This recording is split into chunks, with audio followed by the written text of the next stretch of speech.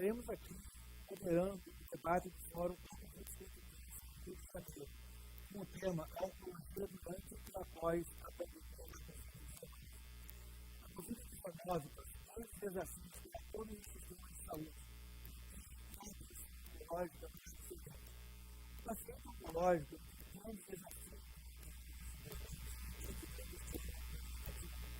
Sair de casa para ter um grande desafio, porque além de toda a dificuldade de acesso ainda temos que estar no dia a dia da pessoa. Toda a insegurança que nós temos, toda a dificuldade de recebermos o tratamento mais adequado. O paciente que está no tratamento é um paciente que nunca teve medo. A clínica é a realidade. Mexe no nosso sistema e se eu trato os filhos, se eu trato os filhos, se os filhos entrando na cultura, isso pode ser muito fantástico, muito melhor do que qualquer outra coisa. Por isso também nós temos que decidir a função de nossa visão de forma muito grande. E o paciente também tem que ser vacinado, tem que ser vacinado com o paciente oncológico saiu de doença. Toda a sua família, todo o seu entorno está sofrendo. Desde essa pandemia, a gente tem que ser tão que vai estar na pandemia. O sucesso da saúde social, o resultado que fez que câncer é uma doença grave, mas que cura. Quando tem uma cidade de 80% dos pacientes curam.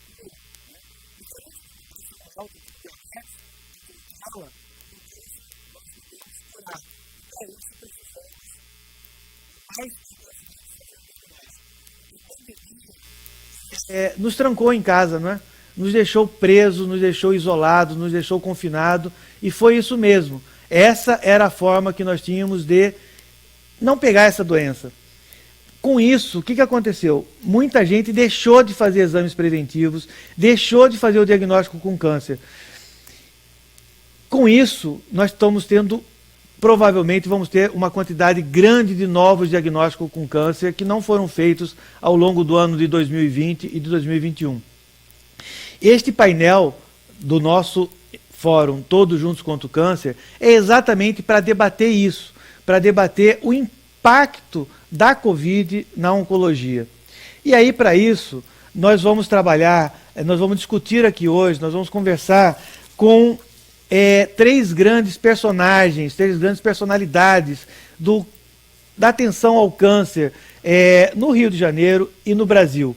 O primeiro que eu gostaria de destacar, é o Dr. Carlos Gil Ferreira. O Carlos Gil, além de uma pessoa humana demais, um grande amigo, ele é médico, oncologista, com toda a sua formação e trabalho pelo Instituto Nacional de Câncer, no INCA, PhD em Oncologia Experimental em Câncer de Pulmão pela Free University of Amsterdam.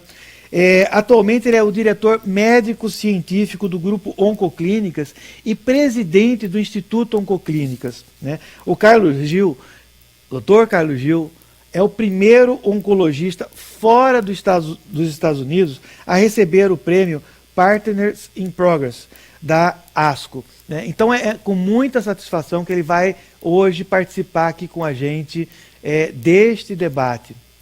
Uma outra pessoa que vai nos ajudar a discutir aqui hoje, que vai conversar muito com a gente, vai trazer algumas informações muito interessantes para o nosso debate, é a doutora Silvana Maria Aquino da Silva, que é mestre em sexologia pela Universidade Gama Filho.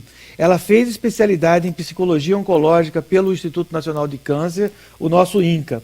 É membro do Comitê de Psicologia da Academia Nacional de Cuidados Paliativos e atualmente é docente e tutora do curso de aperfeiçoamento em cuidados paliativos do America's Medical City do Instituto COI. É psicóloga clínica com atuação em psico-oncologia e em cuidados paliativos. A Silvana, ela vai conversar muito com a gente sobre o impacto psicológico da pandemia nos pacientes que possuem câncer, que estão em tratamento de câncer. E por fim, eu vou ter uma satisfação enorme de conversar com o Dr. Luiz Santini, né? O Luiz Antônio Santini é médico, formado pela Universidade Federal Fluminense, né? É mestre em cirurgia torácica. Santini é um daqueles que lutam a vida toda, né? Um daqueles imprescindíveis na discussão da oncologia no Brasil. Eu tenho muita satisfação de conversar com ele, nós já fizemos muita coisa juntos. E o Santini, ele foi diretor do INCA durante 10 anos, durante um período que o INCA foi um instituto gigante nesse Brasil, né? E durante 10 anos ele foi o diretor do INCA, né? Uma coisa assim incrível, e a gente agradece muito ao Dr. Santini durante tudo que ele fez pela oncologia no Brasil. Mas o Santini, atualmente, ele é um pesquisador do Centro de Estudos Estratégicos da Fiocruz, né? E aí o Santini vai trazer um debate aqui para a gente, discutindo o que foi apresentado, e todas as perguntas que vierem para esse nosso debate, eu e o Santini vamos estar encaminhando e vamos estar discutindo com toda a nossa plateia, né? Eu gostaria então, pessoal, com muito carinho, com muito respeito, pedir para que o Dr. Carlos Gil Ferreira faça a sua apresentação agora, neste momento.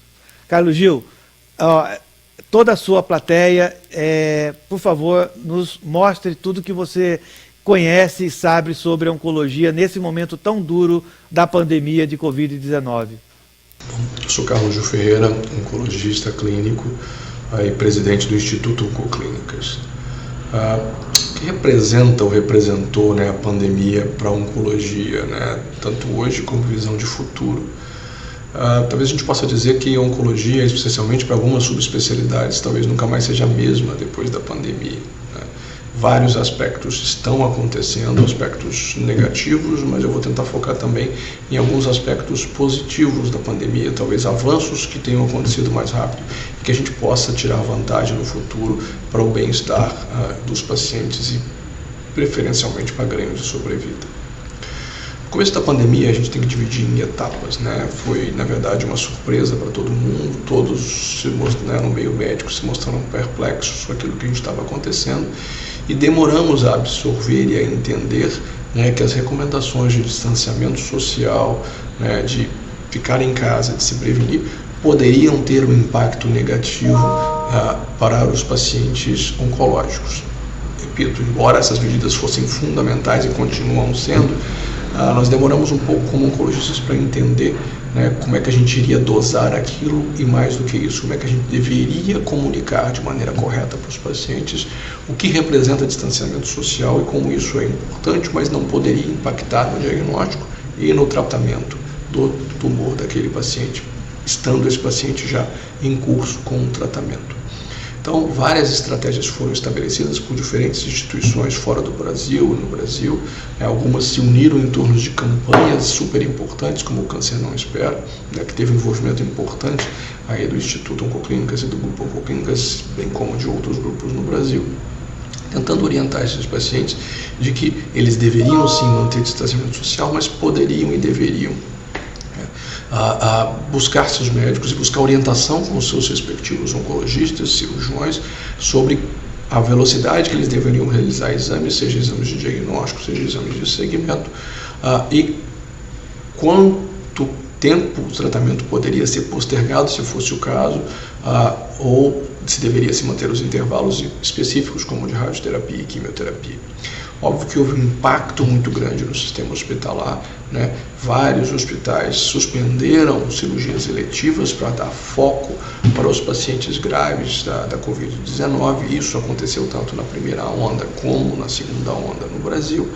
Mas aos poucos as instituições foram aprendendo a lidar com as dificuldades, aprendendo a criar fluxos específicos para os pacientes oncológicos, e um certo equilíbrio foi conseguido, pelo menos na saúde suplementar.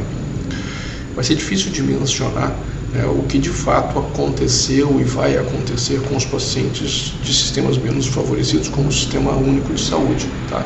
Com certeza a gente vai durante anos ver, tanto no sistema público como no sistema privado, impactos do atraso de diagnóstico e de tratamento em alguns tipos de tumor. Na minha área específica, câncer de pulmão, a gente viu, principalmente no segundo semestre do ano passado, um percentual muito maior de pacientes chegando com diagnósticos avançados, muito mais avançados, estágios muito mais avançados do que a gente costumava ver nos anos anteriores, tá? Realmente sugerindo que houve retardo dos pacientes em buscar o serviço de saúde e na eficiência do sistema de saúde em prover um diagnóstico rápido para aqueles pacientes. Mas vários ganhos também, vários aprendizados aconteceram durante esse período e vem acontecendo no momento, que com certeza nós vamos usar no futuro a favor desses pacientes, a favor da equipe que cuida do tratamento oncológico. Vou citar alguns exemplos. De novo, vou puxar para o lado de câncer de pulmão, que é a minha área. A gente tem visto com uma certa frequência, muito mais do que a gente poderia imaginar, pacientes que, por algum motivo, realizam tomografias de tórax por causa da Covid-19 para quantificar envolvimento pulmonar. E durante essa tomografia são identificados nódulos suspeitos, em que muitas vezes acabam levando um diagnóstico de câncer de pulmão precoce, feito ainda na fase inicial assintomática, aumentando muito a chance de cura desses pacientes. Importante frisar, para os que não são do meio, que screening, o rastreamento para câncer de pulmão já é uma prática comum em países desenvolvidos, América do Norte, Europa e alguns países da Ásia, mas ainda não é uma realidade no Brasil, nem no Sistema Único de Saúde, nem na saúde suplementar. Então, o que a gente está tentando fazer como grupo é levantar esses dados desses pacientes que tiveram seu diagnóstico precoce a partir de uma tomografia com indicação de Covid-19 que foram operados, tentando que sugerem informações para que a gente possa convencer tanto fontes pagadoras do sistema privado como do sistema público da importância de implementarmos rastreamento de câncer de pulmão no Brasil. Então, um ganho a partir de uma mudança de atitude durante a pandemia. Outro ponto importante que com certeza não vai mais nos abandonar é a telemedicina.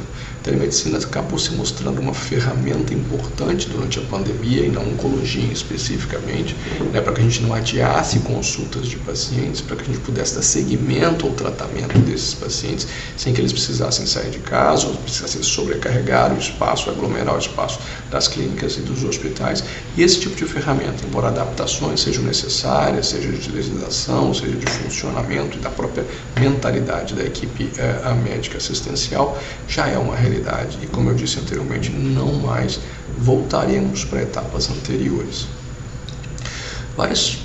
Tem surgido vários artigos, na verdade, questionando qual será o impacto da pandemia na pesquisa clínica em oncologia, quanto retardo de fato houve na inclusão de pacientes em estudos clínicos e o impacto que isso vai ter no desenvolvimento e lançamento de novas drogas. Com certeza impacto houve em várias áreas. Isso está sendo mensurado com estudos específicos. A IALS, que é a International Association for the Study of Lung Cancer, está conduzindo um survey mundial, tem vários pesquisadores do Brasil participando, tentando levantar qual o impacto que houve no recrutamento, qual o retardo de recrutamento que os estudos houve. Então, houve, óbvio, diminuição de investimento de algumas indústrias farmacêuticas na linha de desenvolvimento, no pipeline de desenvolvimento de drogas, e isso vai, sim, trazer algum impacto lá na frente. Por outro lado, ferramentas interessantes, ferramentas eletrônicas foram utilizadas e vêm sendo utilizadas para que esse recrutamento não seja tão atrasado. Tá?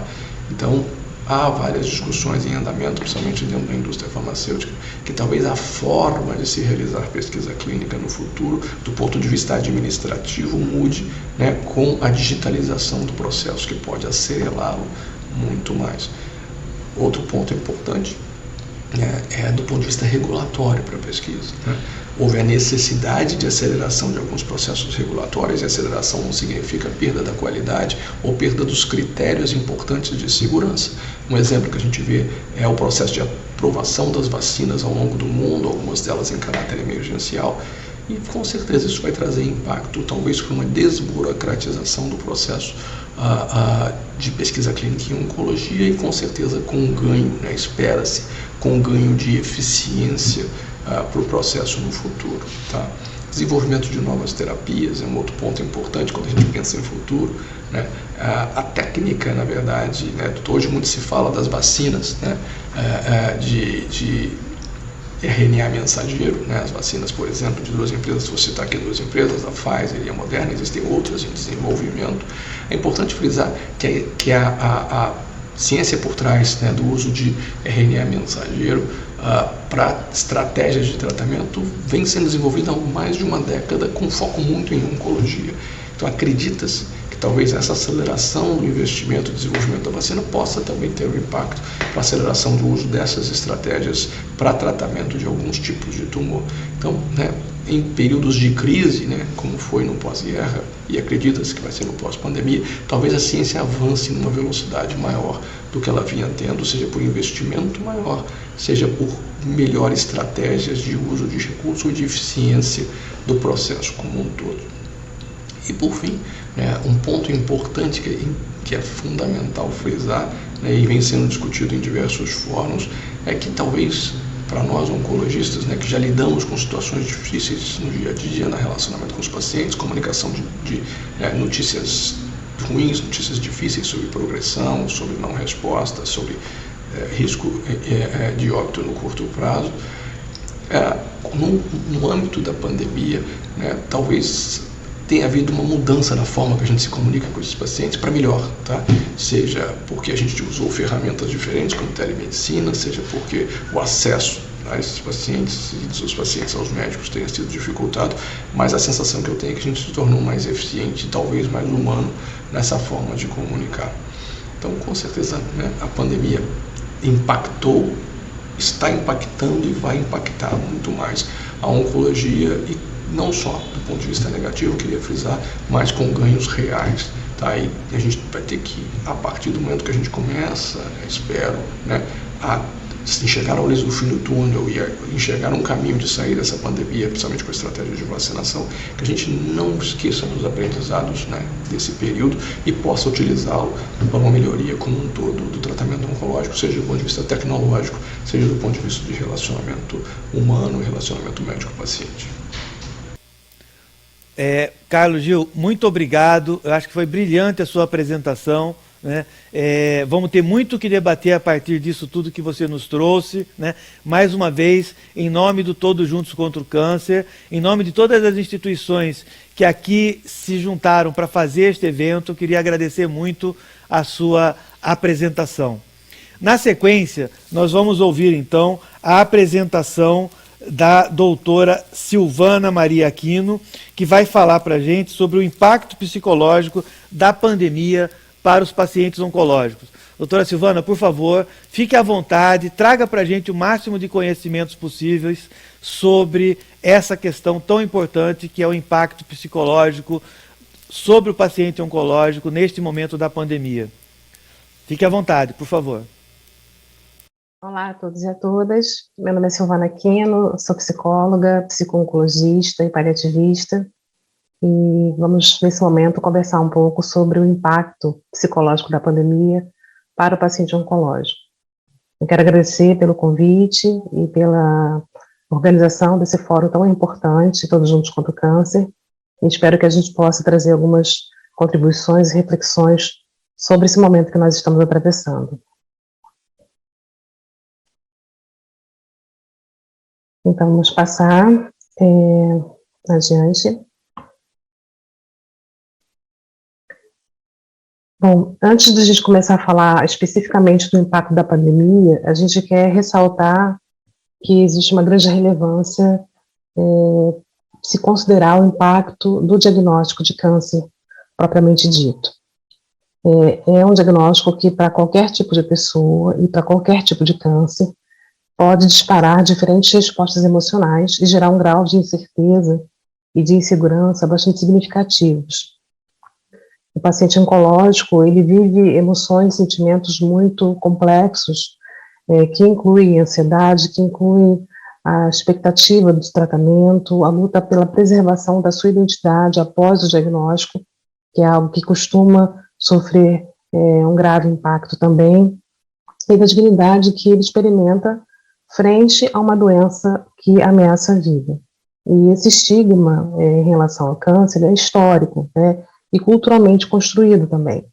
Então, naturalmente, que hoje nós temos respostas muito mais efetivas em relação ao tratamento, as pessoas sobrevivem ao câncer muito mais frequentemente, né, ou vivem, apesar do câncer, com muito mais qualidade de vida, mas ainda assim é uma doença que ao longo da história da nossa humanidade ganhou aí ao som um lugar, um posto de uma doença muito estigmatizante, que causa muito sofrimento, e de alguma forma isso se confirma em alguns casos, mas já existem mecanismos e estratégias que podem atenuar bastante todo esse processo, né? E isso inclui, naturalmente, que esse tratamento seja realizado por uma equipe especializada, preferencialmente por uma equipe integrada e que atue de forma interdisciplinar, para ajudar o paciente a dirimir dúvidas, com oferta de informações, com orientações e também com um adequado apoio familiar, que é algo de muita relevância durante todo o processo do tratamento e até o final dele. Se a gente pensar um pouco no itinerário que o paciente oncológico precisa percorrer, a sua trajetória desde o diagnóstico até o final do tratamento, são muitas as experiências que ele vai precisar enfrentar. O diagnóstico, por si só, como eu falei, tem lá o seu peso, né, a comunicação da notícia em si, a descoberta da doença tem um impacto bastante importante, e a partir dali começa toda a experiência do paciente, né? Então, reconhecer o diagnóstico, reconhecer os limites que se impõem em relação à sua saúde, aceitar os cuidados que se fazem necessários. Isso inclui conhecer e compreender todo o processo de tratamento que vai começar ali se, então, apresentado e incorporado à sua própria rotina, lidar com a questão da sobrevivência, com o medo da ameaça que a doença carrega, adaptar-se à nova realidade e participar ativamente do tratamento, porque, afinal de contas, é algo que diz respeito à sua própria vida, né? Então, a gente estimula bastante que o paciente se sinta apropriado deste lugar. Existe um diagnóstico que precisa ser considerado, existe uma estratégia de tratamento e existe a participação ativa do paciente durante esse processo. Então, isso envolve um grande grau de engajamento, né, e de entendimento da situação.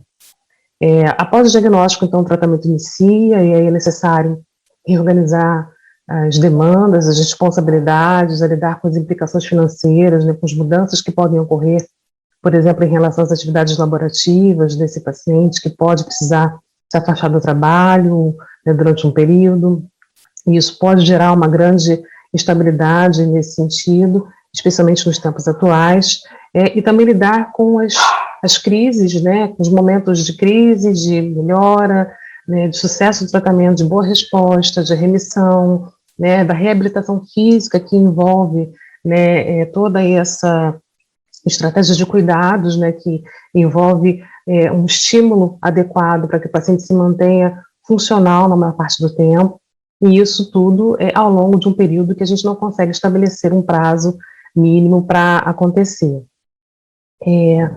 E aí, o que se espera, né, com todo esse envolvimento com o processo do paciente, né, de cuidado, né, de autocuidado, de investimento, é que ele consiga, ao final da história, se reintegrar à sua vida social, suas atividades laborativas, ao convívio da sua família de maneira mais ativa, e entendendo que a noção de cura, nesse sentido, passa por um período muito maior do que a gente gostaria, né? Então, Não raramente a gente observa, né, especialmente nas mídias sociais, quando alguma pessoa pública apresenta o diagnóstico de câncer, ela faz a cirurgia, e aí a gente vê a comunicação, o paciente está curado do câncer, né? A cura é uma construção, é um processo, né, que durante um período precisa ser devidamente acompanhada para observar como é que aquele organismo vai se comportar, e, portanto, é algo que leva um tempo maior, porque necessariamente a gente precisa observar, né, se existe alguma alteração, se existe alguma mudança. Então é um acompanhamento que vai aumentando os intervalos, né, aumentando os intervalos entre uma consulta e outra, com exames, né, com consultas que podem ajudar nesse processo de acompanhamento, e ao final que a gente espera de fato que a pessoa possa retomar a sua vida. Isso tem acontecido com uma frequência cada vez maior. Ao mesmo tempo, a gente precisa reconhecer que em alguns casos, especialmente nos diagnósticos tardios, né, quando a doença já é descoberta na sua forma mais avançada, essa cura não será possível. Então, conviver com a experiência da doença crônica também se torna um desafio, especialmente por conta das situações de crise, de instabilidade, né, e que o foco nesse processo, então, é buscar a melhor qualidade de vida e também reconhecer, né, a fragilidade da vida, e reconhecer que a gente precisa, então, a partir de uma situação irreversível, redefinir prioridades, redefinir o significado que a vida tem e focar no modo como ela será vivida até o seu final. E aí a gente ressalta a importância e a relevância dos cuidados paliativos, que ainda é uma especialidade, uma abordagem, melhor dizendo, que caminha a passos muito lentos no Brasil, e que precisa naturalmente ser incorporada ao acompanhamento do paciente, porque visa não só pensar o fim da vida, como se costuma entender, mas visa pensar controle de sintomas, melhores estratégias para lidar com determinadas situações, não só do ponto de vista físico, mas também psicossocial, espiritual, e ajudar o paciente a viver uma vida com sentido, né? E isso se estabelece a partir do momento em que a gente reconhece que a doença se torna impassível de cura. E aí, falando um pouco desse impacto especificamente relacionado à doença oncológica, a gente, no meio do caminho, encontra uma pandemia pelo coronavírus. Então, desde março de 2020, a gente vive uma grave e crescente crise global. É uma experiência sem precedentes, a gente não tem registro, né, dessa experiência nessas gerações que vivem agora, nesse período da história. A gente tem a história mais recente da gripe espanhola, em 1918, 19, mas boa parte de nós não era nascido nesse período. Então, essa crise traz aí dimensões humanitárias significativas, sanitárias, políticas muito sérias, econômicas e psicossociais. E a gente alcançou recentemente a marca das 400 mil mortes no último mês de abril. Não é pouca coisa. São muitas situações de perda e dor que nós temos enfrentado nos últimos meses, no último ano. Então, diante da vigência de uma pandemia, é natural que a prioridade, ou pelo menos deveria ser a prioridade, a saúde física das pessoas e o combate ao agente patogênico como foco, né, da atenção primária, né, dos gestores e dos profissionais de saúde.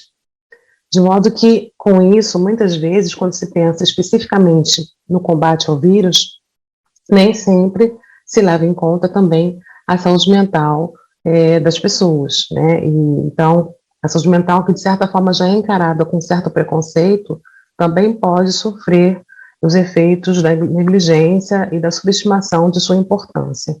Então, a gente está aqui para falar do quanto que é fundamental que se implementem medidas que possam minimizar o impacto psicológico da pandemia, e que isso não pode ser desprezado nem esquecido, especialmente quando se pensa em populações vulneráveis, e neste caso, os pacientes oncológicos. Então, como é que, de certa maneira, em função disso tudo, como é que o enfrentamento do câncer, né, e quais são as repercussões psicossociais que a pandemia traz e que a gente já consegue identificar? Então, o que muda, né, a partir da pandemia? Então, a gente falou no início, né, do quanto que já existe um manejo necessário que se faz presente durante o diagnóstico de câncer, que já leva a uma situação de vulnerabilidade, E agora a gente precisa acrescentar aí um manejo novo a ser construído no enfrentamento da pandemia em pacientes oncológicos. Então, a gente entende naturalmente que por serem pessoas mais vulneráveis, existe um risco aumentado, né, devido ao estado de imunossupressão sistêmica, que pode ser tanto atribuído ao tratamento antineoplásico quanto à própria malignidade da doença. E a gente também reconhece que da importância e a relevância de que se adotem, né, medidas sanitárias que ajudem a conter o avanço da pandemia, e ao mesmo tempo nós entendemos que elas se constituem como fatores desencadeantes de estresse, né, de alta comorbidade psicológica. Então, o confinamento, o isolamento, o distanciamento social são situações que nós não estamos naturalmente preparados para viver por um tempo prolongado, né? Isso certamente veio desencadeando ao longo desse ano respostas emocionais muito significativas e que podem conduzir a sintomas de estresse pós-traumático, de confusão, de raiva, de perda de controle, na medida que a gente tem a vida completamente modificada por essa nova rotina, né? Então, além disso, a gente vive uma tensão constante, e isso aumenta quando se trata de pessoas que têm comorbidades importantes, como o diagnóstico de câncer, em função da resposta de vigilância para controlar, né, para cuidar das medidas sanitárias para reduzir os riscos de contaminação pelo coronavírus. E aí a gente já consegue identificar algumas evidências, tanto a partir de pesquisas que foram realizadas, quanto a partir do relato na clínica, né, que a gente acompanha cotidianamente, um aumento significativo dos quadros de ansiedade, de angústia, de medo, diante dos riscos de contaminação, uma grande incerteza diante das perdas econômicas decorrentes desse momento que a gente atravessa, e um impacto muito significativo também na conexão social entre as pessoas devido à necessidade de distanciamento físico. Então, com a redução da mobilidade, né, em função da necessidade do confinamento, houve também modificações no acompanhamento do paciente oncológico, com aumento do monitoramento adaptado, especialmente através do telefone, com interrupções, com atrasos, com alterações na frequência da administração das terapias antineoplásicas. Houve também uma diminuição importante dos exames de rastreamento, o que certamente pode levar ao atraso do diagnóstico e tratamento e maior dificuldade para reconhecer e manejar as morbidades psicológicas associadas a este quadro, a esse impedimento. Bom, e aí a gente começa, então, a destacar as questões psicossociais mais prevalentes, que mais aparecem tanto nas pesquisas recentemente realizadas, os estudos, né, realizados com grupos de pessoas, quanto nos relatos, nos atendimentos na clínica. As principais queixas que se apresentam apontam, então, para esse aumento da angústia, do medo frente à suscetibilidade do vírus, as dificuldades para lidar com situações de vida prática, de vida cotidiana, de soluções de problemas práticos, porque precisa se pensar em toda uma estratégia de mobilidade, de saída de casa, de retorno, né? Quem é que vai cumprir as tarefas, quem é que vai para a rua, quem é que fica em casa, quem é que tem o maior contato com o paciente oncológico, quem precisa ter uma atenção redobrada nos cuidados sanitários. Então, tudo isso gera uma grande necessidade de reorganização nos modelos de cuidado estabelecidos em domicílio, especialmente, e também naqueles que se referem à necessidade da saída de casa para a busca de serviços oncológicos.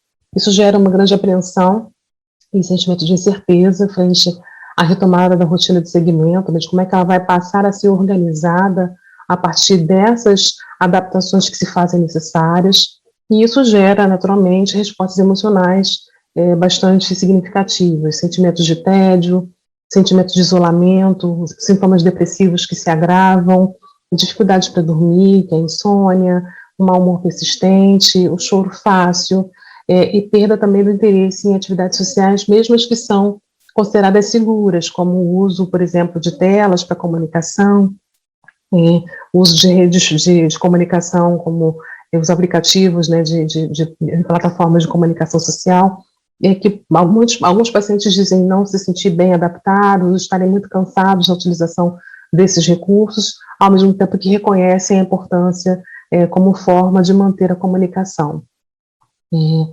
Existe também um aumento importante de estresse em relação as dificuldades financeiras, mudanças e perdas de emprego, renda familiar diminuída, e alguns pacientes que estão em controle relatam uma preocupação com o risco de exposição, especialmente aqueles que trabalham com atividades consideradas essenciais, né, e que, de certa maneira, se veem mais expostos na circulação, com muitas dúvidas sobre devo ou não devo continuar trabalhando, devo ou não devo me afastar.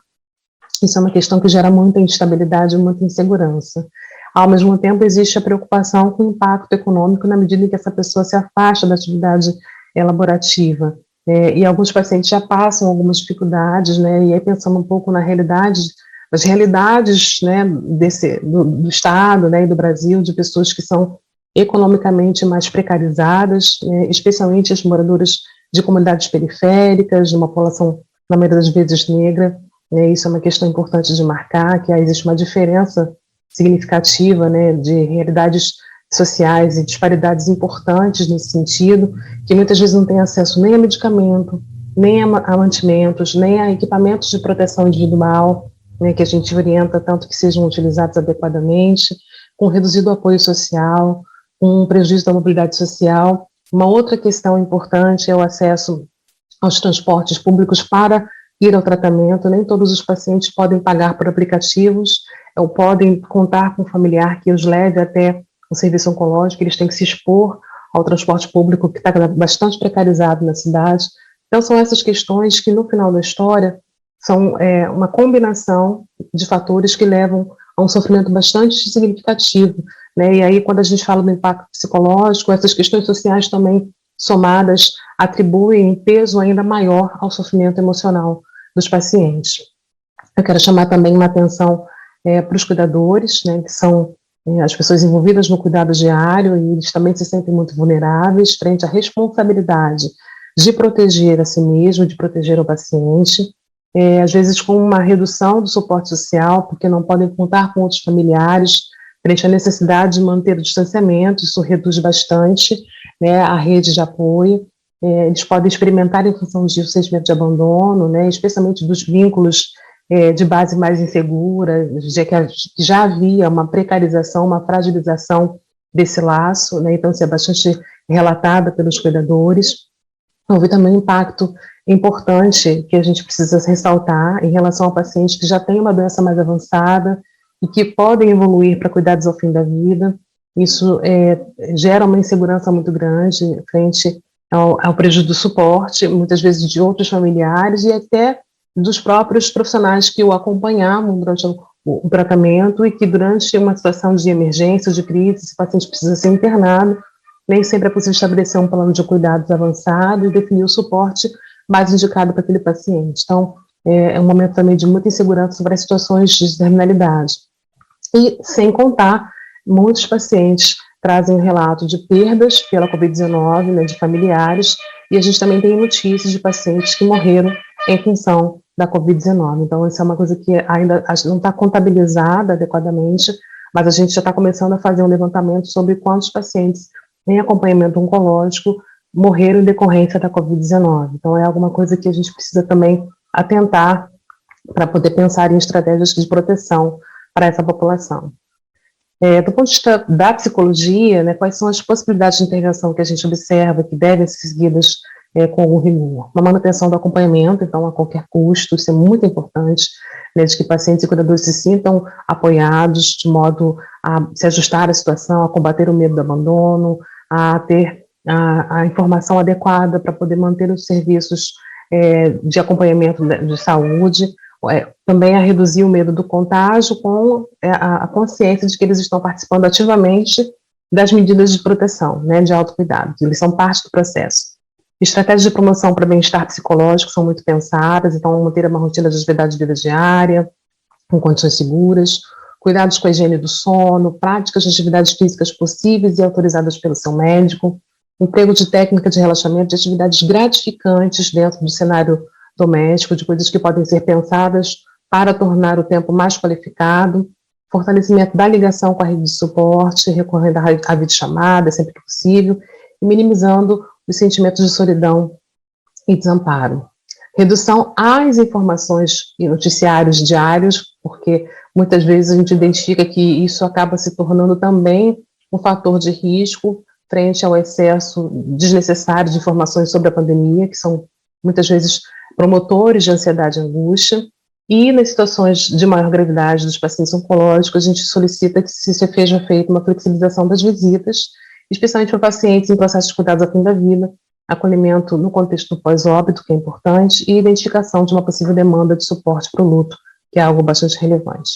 Então, a gente não tem como ainda determinar os impactos prolongados da pandemia na saúde mental do pacientes oncológicos. A gente tem que pensar em estratégias para esse período, que envolve uma continuidade da disponibilidade para acolhimento e mitigação de questões psicossociais, o uso da telesaúde como sendo um mecanismo, uma estratégia fundamental para manter o vínculo entre profissionais e pacientes, além da proteção que isso pode trazer para ambos, né, mantendo uma comunicação aprimorada, com informações adequadas, com medidas de apoio, de precaução ao vírus, de modo que o planejamento e o acompanhamento do tratamento continue a ser executado. E para finalizar, é importante que a gente monitore as experiências dos pacientes afetados, né, por esse processo que a gente tem enfrentado, para gerenciar melhor as necessidades de suporte psicossocial.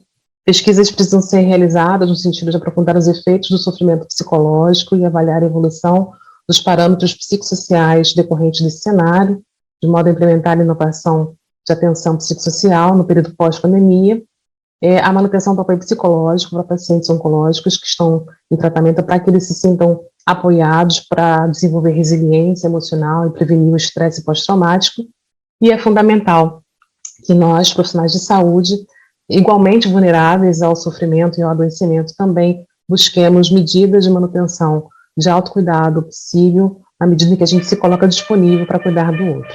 Então, eu finalizo a minha contribuição aqui e espero que isso possa ajudar na reflexão desse momento. Agradeço mais uma vez e parabenizo a todos pela participação desse excelente evento. Muito obrigada. Silvana, olha, já sou seu amigo de longa data. Muito obrigado pela apresentação, acho que você trouxe coisas incríveis aqui para a gente debater. Eu acho que a questão desse distanciamento, da gente ter ficado em casa, ao mesmo tempo a gente abriu as nossas casas para as nossas telas, né? Através das teles, né? Teleconsulta, telemedicina, teleaula, teletudo. Eu acho que a gente abriu um mundo novo aí e a gente tem que aprender como é que a gente vai desenvolver o cuidado neste novo mundo que foi aberto para a gente. Não tem volta a isso, né? A gente vai continuar com todas as teles que foram trazidas para o nosso dia a dia, para a nossa casa, mas é importante a gente entender que o cuidado, o toque, né, como você mostrou, é fundamental para a continuidade dos tratamentos e principalmente para a efetividade desses tratamentos, né?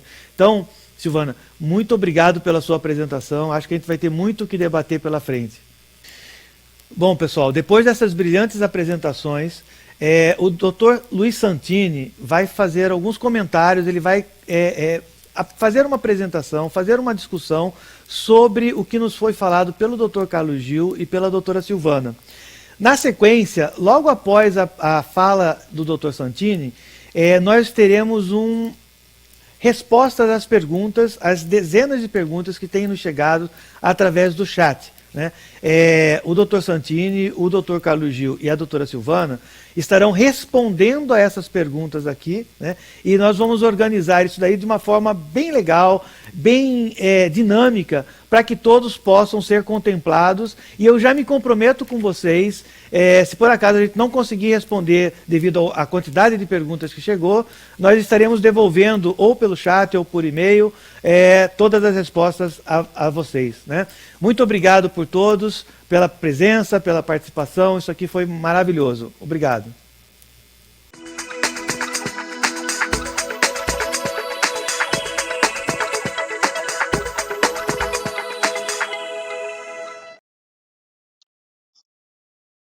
Olá, eu queria agradecer o convite e cumprimentar a todos pela oportunidade de poder estar aqui conversando com vocês. Quero agradecer o convite a todos os participantes do TJCC, a Brali em particular, e muito mais particularmente a minha querida amiga Berula, por poder participar de um painel tão rico e tão importante como esse aqui. Agradecer a doutora Silvana, agradecer ao Carlos Gil pelas apresentações excelentes que fizeram, e o Alfredo Scaff, meu amigo e coordenador desse debate, pela oportunidade de poder conversar aqui um pouco com vocês. Eu queria falar um pouco sobre o impacto dessa pandemia, não apenas no aspecto da saúde, mas eu diria que até é uma crise sanitária, como a doutora Silvana mencionou, sem precedentes, ou pelo menos sem precedentes durante esta geração e a geração anterior. Nós estamos diante de uma crise sanitária global, com repercussões sociais e econômicas impensáveis. Essas repercussões sociais e econômicas, elas trazem naturalmente todo esse desdobramento psicossocial e psicológico individualmente para cada uma das pessoas que vive a situação da pandemia, independente de ter ou não ter câncer, de ter ou não ter alguma outra doença. Ela tem tamanho impacto nas relações sociais, nas relações entre os países, nas relações entre os continentes, que ela produz ou acentua aquilo que é absolutamente marcante no desenvolvimento do capitalismo nos últimos anos, que é a acentuação das desigualdades. Quer dizer, efetivamente, além de todos os impactos específicos que essa pandemia traz, ela acentua de forma dramática as desigualdades sociais e socioeconômicas na Terra. Basta ver, por exemplo, as dificuldades de acesso à vacina. Quer dizer, enquanto a ciência foi capaz de produzir, num tempo recorde, vacinas absolutamente inovadoras, tecnologias, como disse o Carlos Gil, cujo estudo vinha se desenvolvendo ao largo já de alguns anos, e que com muito investimento, mas com muita capacidade científica, em curtíssimo espaço se tornaram disponíveis, só que disponíveis para uma parcela muito pequena da população mundial. A maior parte dos 7 bilhões e 300 milhões de pessoas que vivem na Terra não têm e não terão acesso a essas vacinas num prazo adequado para fazer frente à pandemia. Portanto, nós estamos vivendo, além de todos esses componentes que eu falei da crise, uma crise que eu diria que é civilizatória. Nós estamos diante de um impacto onde a civilização sobre a Terra terá que refletir sobre a vida na própria Terra. E aí a pandemia traz um outro elemento importante para essa discussão também, que é a questão: será que essa pandemia, será que nós teremos outra? Será que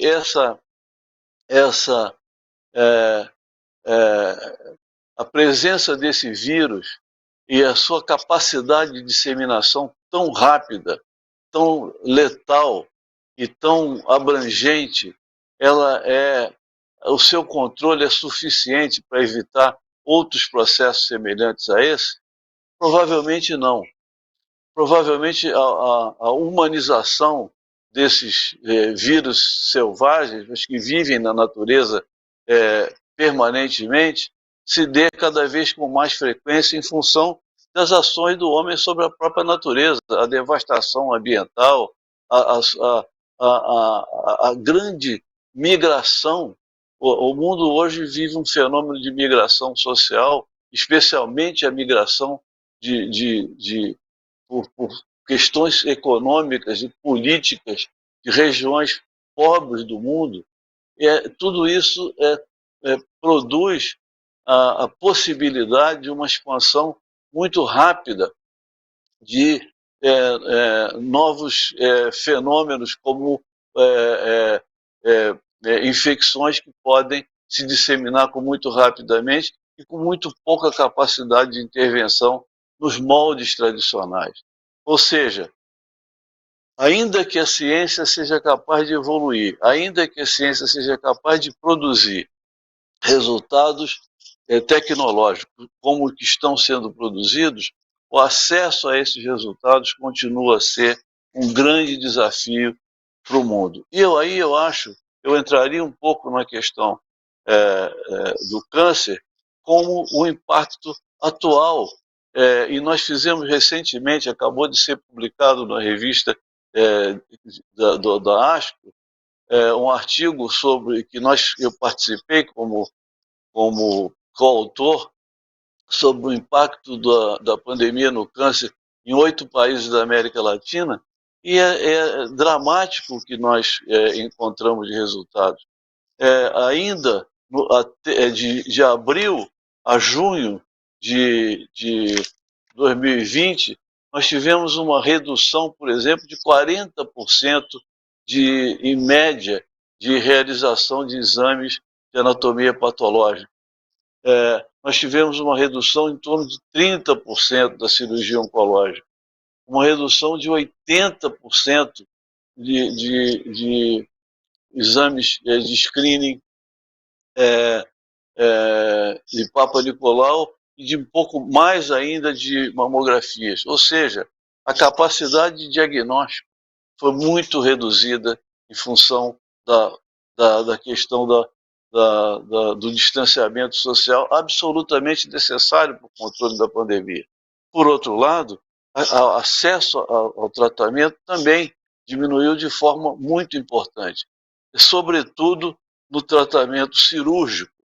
Não tanto a quimioterapia continua a ter um acesso, mas a questão é que nós estamos fazendo quimioterapia, na maioria das vezes, de forma paliativa. A possibilidade de um tratamento curativo caiu assustadoramente e está se prolongando isso. Porque apesar de várias medidas que estão sendo adotadas no sentido de mitigar esse aspecto, tudo isso está ocorrendo sobre um caso onde já havia subfinanciamento, subatendimento e falta de acesso das pessoas. Então, o dramático dessa situação, no caso do câncer, é que em cima de uma falta já existente, se sobrepõe uma dificuldade suplementar. E aí eu quero abordar um pouco o que o Carlos Gil mencionou como, digamos, expectativas. O que nós podemos esperar a partir do reconhecimento dessa realidade? O que nós podemos esperar, mas não apenas esperar do ponto de vista de uma passividade, mas esperar do ponto de vista de criar mecanismos de ação, no sentido de que tipo de inovação, que tipo de facilidade, que tipo de novos recursos podem surgir a partir do desafio provocado por essa situação. A primeira coisa é o reconhecimento dessa realidade. É fundamental que se reconheça essa brutal desigualdade social, socioeconômica que existe no mundo e entre as regiões do mundo e no interior de cada país, dentro das diferentes regiões do país. Estivemos vendo no painel anterior a esse aqui a situação do estado do Rio de Janeiro, da atenção oncológica no estado do Rio de Janeiro. É lamentável a situação que acontece no Rio de Janeiro. Mas se isso acontece no Rio de Janeiro, imagina em certos outros pontos do país ainda mais pobres, ainda com menos recursos. É evidente que esse diagnóstico dramático que nós estamos em frente a ele tem que nos obrigar a uma mudança de posição. A sociedade tem que se mexer.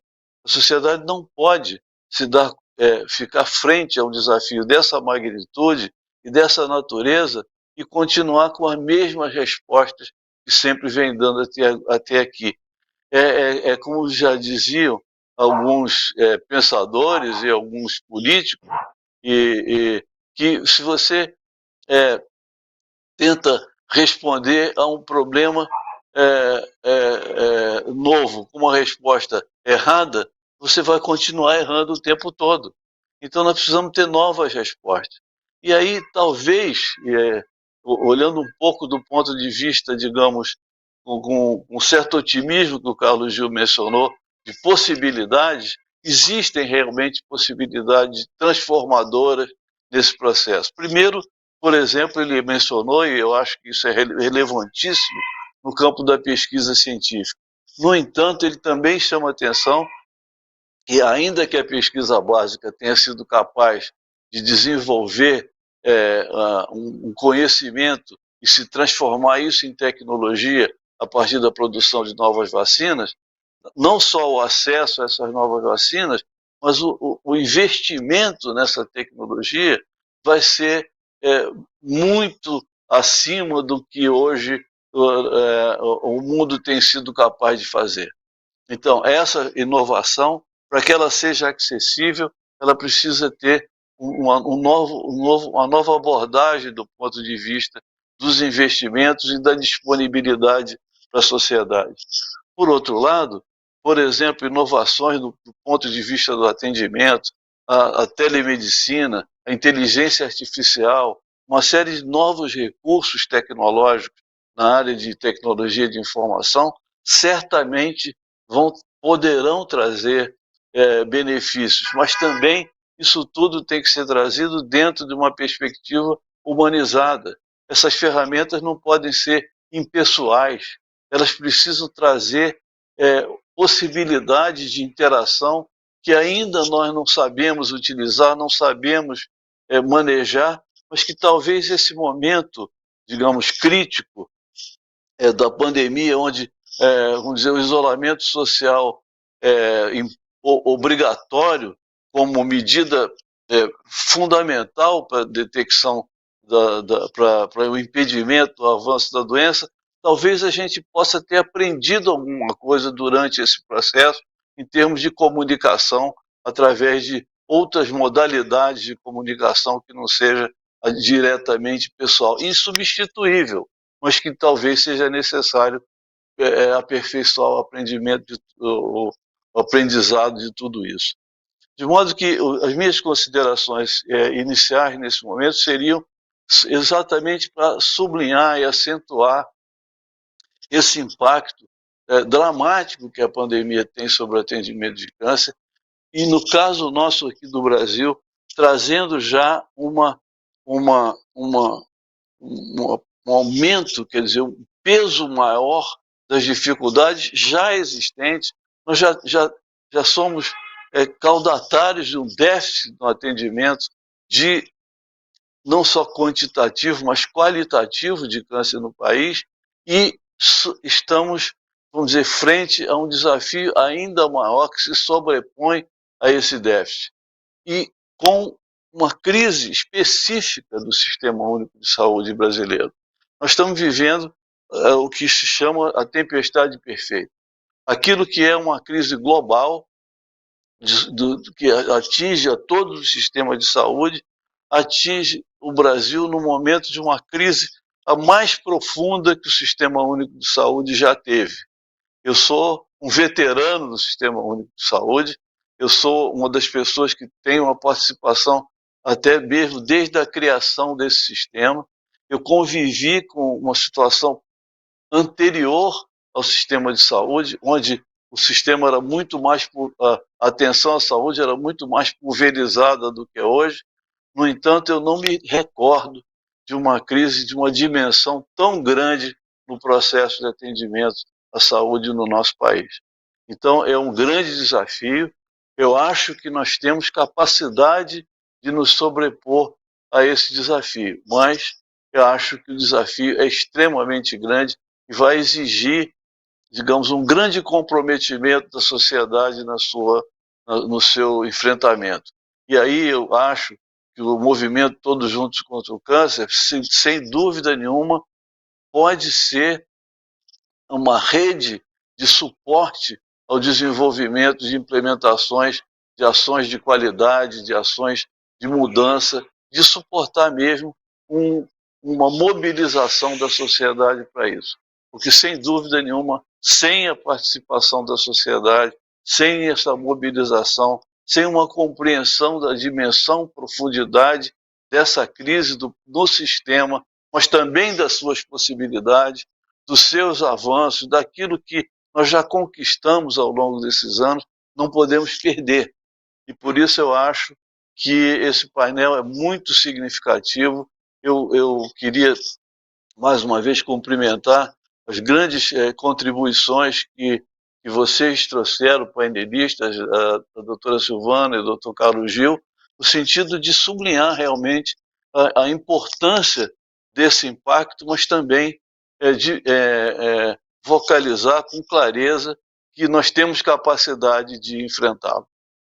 Eu fico por aqui, Alfredo, obrigado pela oportunidade, e durante o debate nós podemos novamente participar, se for o caso.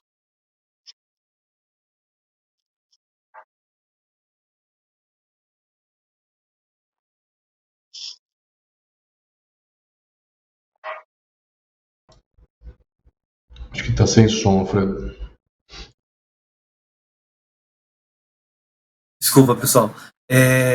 Obrigado, Santini. Obrigado, Carlos Gil. Obrigado, Silvana. Eu acho que nosso painel foi muito legal. Assim, a gente conseguiu trazer algumas questões que complementam muito o que foi discutido no painel anterior, né? E eu queria destacar isso que foi discutido no painel anterior. No estado do Rio de Janeiro, né, a gente tem uma necessidade de pelo menos 12 UNACONs, né, a mais, né? Tem um déficit de 12 UNACONs, né? Você conseguir fazer uma atenção quantitativa, um déficit desse tamanho de equipamentos, né, de hospitais que tratam câncer, é uma coisa muito complicada, né? E aí a gente precisa sim lutar por recursos, lutar para ter essas unidades e lutar para que os UNACONs que existam trabalhem plenamente, né? Porque mesmo entre os UNACONs que existem, existe uma quantidade assim, não fazem todo o potencial que poderiam fazer, né? Então, acho que a gente tem muita coisa a ser feita, muita coisa a ser discutida, né? E a pandemia trouxe para a gente uma camada a mais de complexidade enorme, que é exatamente o que vocês apresentaram, né? Nós teremos até em torno de 18h50, né, um pouquinho antes, para a gente estar debatendo, para a gente estar conversando aqui. E aí eu queria colocar um tema para vocês três, que eu acho que é importante. Surgiram pelo menos 3 perguntas ou 4 perguntas sobre esse tema, e eu acho que seria importante a gente falar um pouco sobre isso, que é a questão da vacinação, né? E aí as questões que se colocam, olha que coisa interessante, e todas as perguntas que vieram, né, o resumo delas como é que nós vamos fazer para vacinar todo mundo que tem câncer, como é que essa população que tem câncer, né, e aí eu colocaria até os seus familiares, que ficam ali no cuidado e precisam ter essa proteção, porque senão o paciente com câncer está isolado, mas o familiar tem que fazer todo o trabalho e termina trazendo também. Então, acho que deveria ter isso, né? Como é que a gente garante essa vacinação, que hoje, pelo que está colocado nos calendários, e virou, cada lugar tem um calendário diferente, isso se perdeu um pouco. Mas o que eu queria destacar dessas falas, essa é a grande questão que está, e eu queria ouvir um pouco a opinião de cada um de vocês sobre isso, e aí talvez até também, Carlos Gil, um pouquinho sobre a questão da vacinação em pacientes oncológicos. Essa questão, que é uma questão chave, que sempre perguntam para a gente, não aparece mais. Por exemplo, o paciente com câncer pode tomar vacina? Né? Todas as perguntas que vieram assim, já passaram disso, já estão naquela fase do tipo, queremos tomar onde tomamos, como tomamos o mais rápido possível, né? Isso é um ganho, isso é uma coisa que a gente avançou, né, num conhecimento, né? Então, assim, essa catástrofe que nós vivemos, né, uma catástrofe sanitária, uma catástrofe humanitária no Brasil, né? As pessoas se endureceram por conta de tanta coisa ruim que está acontecendo, né? Mas eu acho que vai ter muitos subprodutos disso. Alguns foram apontados aqui e que com certeza eles vão perdurar, vão acontecer mais para frente. E aí eu acho que vale a pena a gente conversar um pouquinho mais sobre isso depois. Mas se vocês puderem falar um pouquinho sobre a vacina, né? E aí talvez Carlos Gil, Silvana e Santini, né? Falar um pouquinho sobre isso para quem nos perguntou, seria bem legal, seria bem interessante. Carlos. Bom, vou começar primeiro, né, agradecer a palestra da Silvana, os comentários do Santini. Bom te rever, Santini. Essa questão, eu estou atendendo paciente segunda, terça e quarta, e hoje, de 90% dos pacientes, eu recebi essa mesma pergunta. Tá? Então, bom, à luz dos dados, né, os pacientes com câncer podem ser vacinados, independente do tipo de vacina. Tá? Então, isso do ponto de vista teórico, né? E nós temos que nos adequar à realidade do nosso Plano Nacional de Imunização desse momento, né? E é por faixa etária, na comorbidade de câncer, né? E para pacientes que tenham sido expostos à quimioterapia ou radioterapia nos últimos 6 meses ou que estejam com ela em curso. Né? Essa é a realidade atual, né? Está gerando, óbvio, uma ansiedade muito grande nos pacientes, né? Que são, alguns deles, pacientes imunossuprimidos, que querem, com toda razão, ser vacinados o mais rápido possível. Mas dentro do panorama atual, essa é a realidade, né? E, repito, acho que talvez o mais importante, não existe nenhuma contraindicação para esses pacientes receberem vacina, independente do tratamento que eles estão recebendo no momento.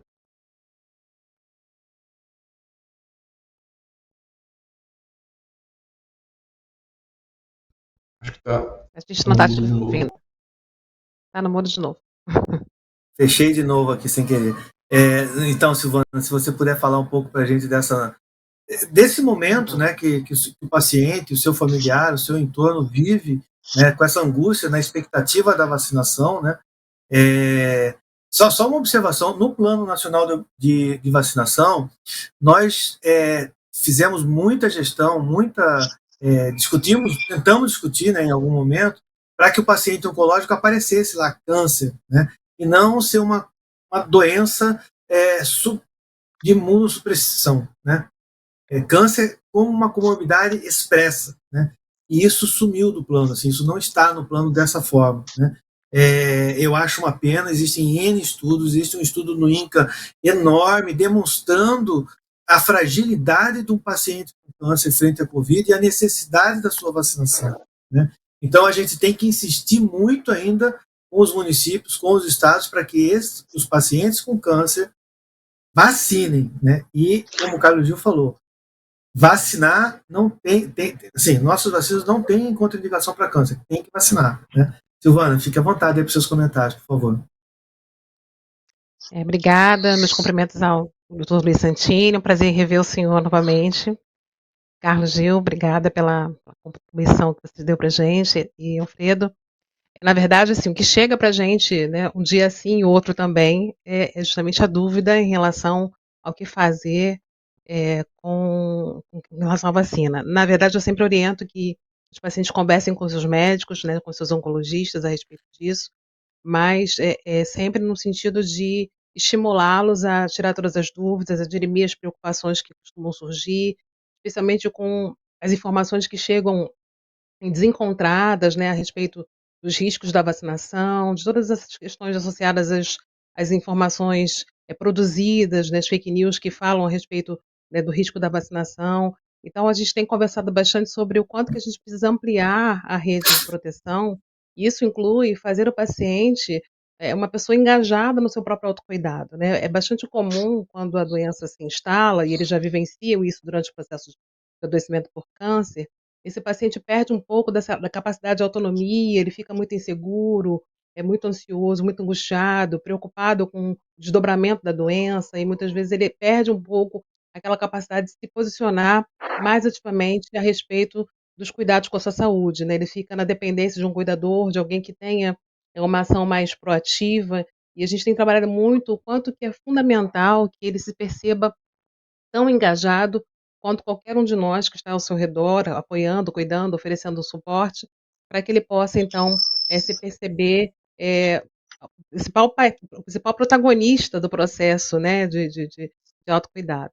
Então, a gente tem observado que, sim, os pacientes têm perguntado bastante a respeito da vacinação, os familiares, de um modo geral, demonstram uma preocupação muito grande em relação a isso, e a gente tem procurado criar um canal de comunicação o mais fluido possível, que permita com que eles tenham acesso às informações, eles possam dirimir as dúvidas e que eles possam, então, entender a importância de se reconhecer a vacinação como um fator de proteção, né, e não um fator de risco.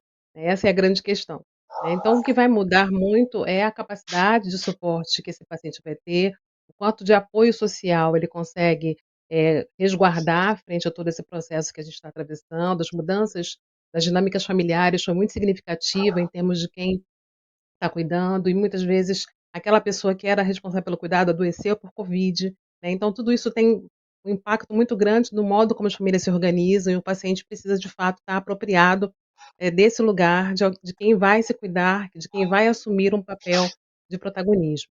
Então, pensando a própria experiência da doença, o câncer por si só já produz, já promove na vida desse paciente a necessidade de uma adaptação bastante significativa. Todas as alterações, né, na sua rotina, alteração na sua imagem, alteração, nos modelos de cuidado, nas suas atividades laborativas. Então, quando a gente trabalha o paciente oncológico nesse sentido, a gente trabalha no sentido dele perceber que existe nele uma capacidade, ainda que afetada pela doença, mas de se manter, investido na tarefa diária de perceber quais são as coisas que protegem, que ajudam, e quais as situações que fragilizam e que atrapalham o processo de enfrentamento.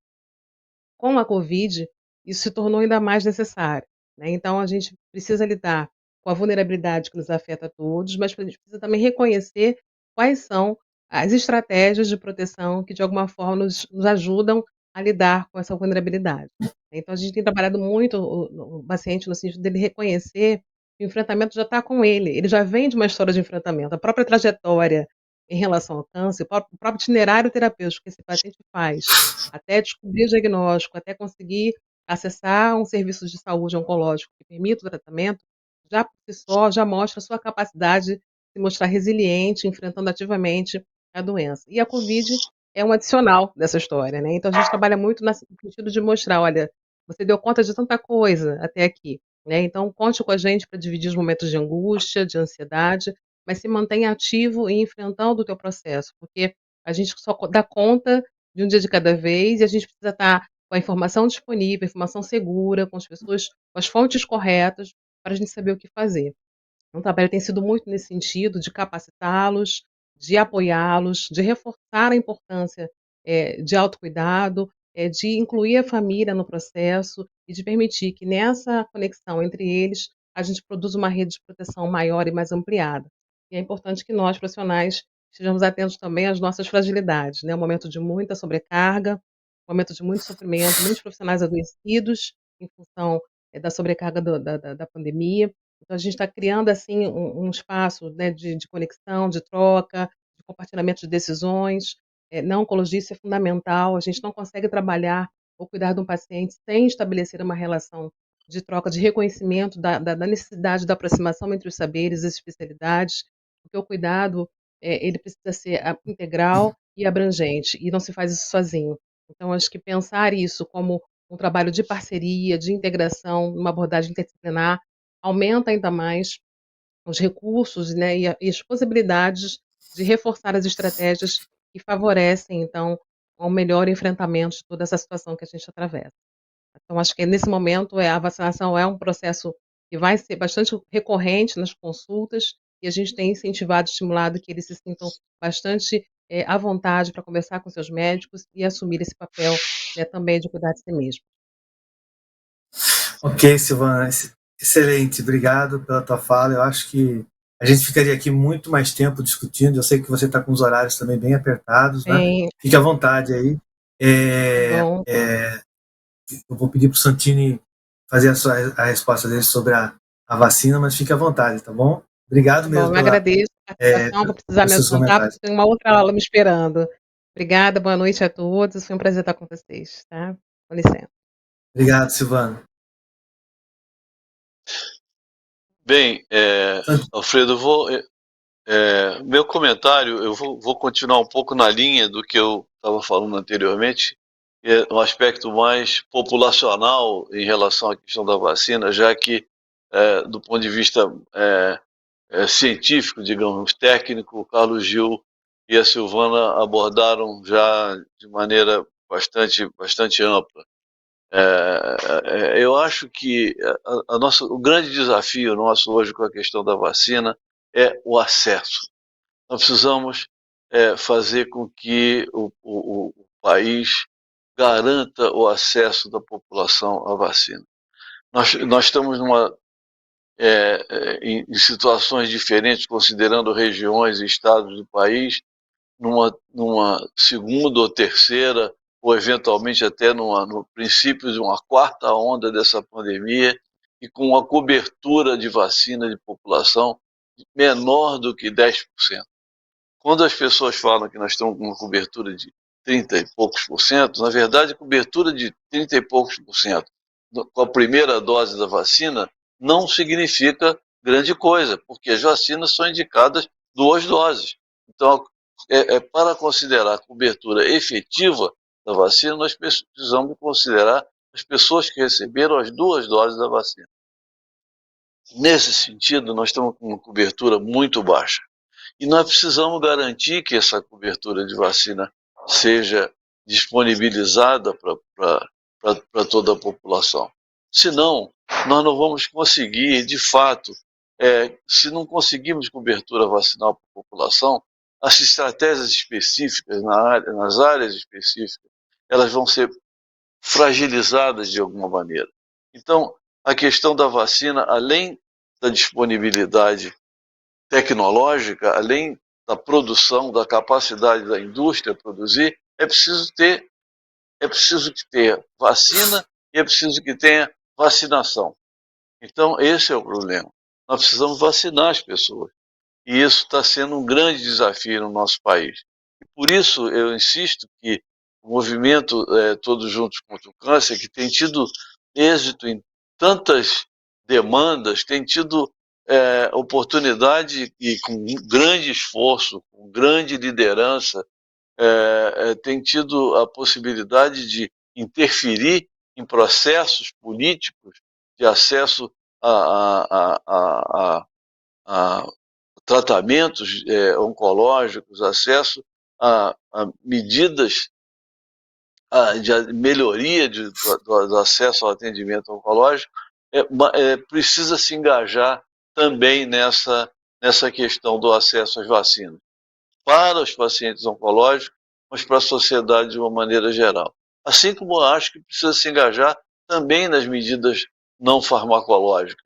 E aí, nesse sentido, toda essa discussão que aconteceu aqui, em termos de um pacote de comunicação adequado para as pessoas se sentirem também fortalecidas, né, nesse momento de isolamento, mas fortalecidas pela possibilidade de ter acesso às informações de forma correta, adequada, cientificamente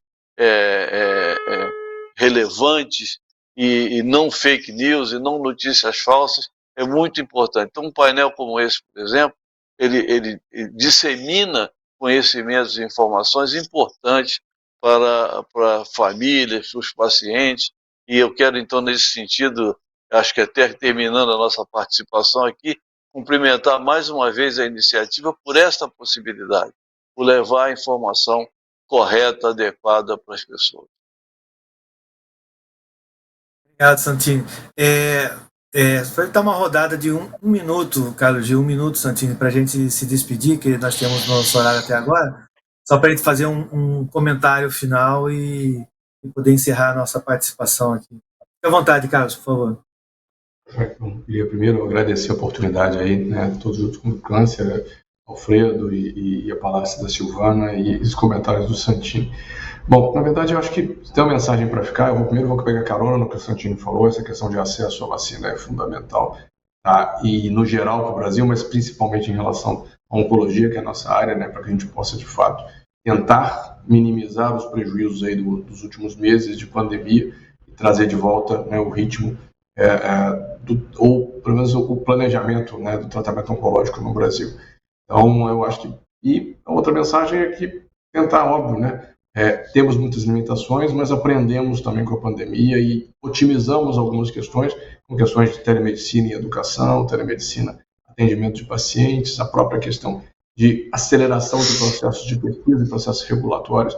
A gente pode usar isso a nosso favor, estou falando em termos de oncologia, atenção oncológica, no pós-pandemia. Mais uma vez, eu queria agradecer a oportunidade. Obrigado, Carlos. Santini, por favor. Eu também, minhas palavras são agora de agradecimento e sublinhar isso que o Carlos Gil acabou de mencionar. Acho que é muito importante tomar todas essas questões como desafios. Eu acho que nós estamos frente, talvez, ao maior desafio da nossa geração, para não ser excessivo e dizer que o maior desafio da nossa, de toda a sociedade. Eu acho que, pelo menos, a nossa geração está desafiada a enfrentar esse problema e apresentar caminhos de solução.